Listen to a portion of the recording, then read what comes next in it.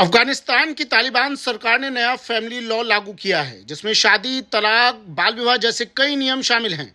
इस कानून में लड़की की चुप्पी को शादी की सहमति माना जाएगा। नए कानून का नाम पति पत्नी के बीच अलगाव के सिद्धांत रखा गया है। हाल ही में सरकार के आधिकारिक गजट में भी नए कानून को प्रकाशित किया गया था। इस नए रेगुलेशन में बाल विवाह, लापता पति, एडल्ट्री के आरोप, धर्म परिवर्तन, इस्लाम छोड़ना और जबरन अलगाव जैसे मामलों को शामिल किया गया है।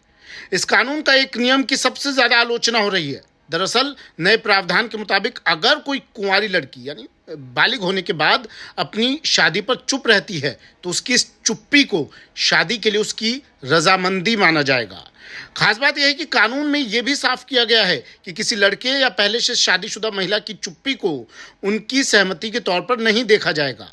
इस कानून में खियार अल बुलूग का भी जिक्र है। इसके तहत बचपन में ब्याहे गए लोगों को बालिग होने पर शादी रद्द करने की मांग करने का हक मिलता है। कानून के अनुच्छेद 5 के मुताबिक अगर पिता या दादा के अलावा किसी दूसरे रिश्तेदार ने नाबालिग की शादी तय की तो भी वो शादी तब तक मान्य रहेगी जब तक कि जीवन साथी सामाजिक रूप से योग्य हो। इस नए कानून ने मानवाधिकार कार्यकर्ताओं को और नाराज कर दिया। उन्होंने कहा कि बाल विवाह में कभी भी सहमति शामिल नहीं हो सकती। लड़की की चुप्पी को उसकी मंजूरी मान लेना असल में लड़कियों की आवाज और उनकी आजादी को पूरी तरह से छीनने जैसा है। साल 2021 में सत्ता में लौटने के बाद से ही तालिबान अफगान महिलाओं और लड़कियों पर लगातार पाबंदियां लगा रहा है।